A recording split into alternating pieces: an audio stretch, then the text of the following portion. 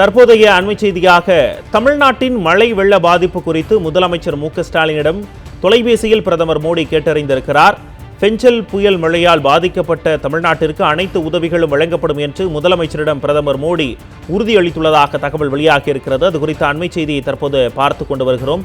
தமிழ்நாட்டின் புயல் பாதிப்புக்கு ரூபாய் 2000 கோடி வெள்ள நிவாரணம் கேட்டு ஏற்கனவே பிரதமர் மோடிக்கு முதலமைச்சர் மு.க.ஸ்டாலின் கடிதம் எழுதியிருந்தார். இந்நிலையில் தமிழ்நாட்டின் மழை வெள்ள பாதிப்பு குறித்து முதலமைச்சர் மு.க.ஸ்டாலினிடம் தொலைபேசியில் பிரதமர் மோடி அவர்கள் கேட்டறிந்திருக்கிறார்.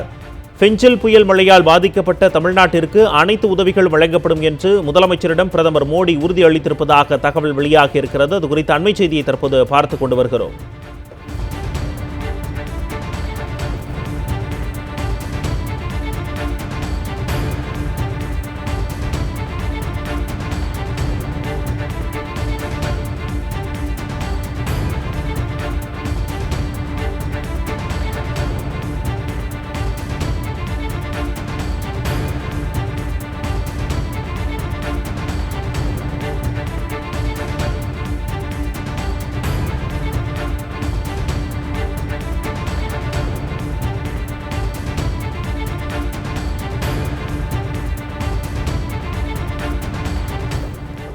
தமிழ்நாட்டின் மழை வெள்ள பாதிப்பு குறித்து முதலமைச்சர் மு.க.ஸ்டாலினிடம் தொலைபேசியில் பிரதமர் மோடி கேட்டறிந்திருக்கிறார்.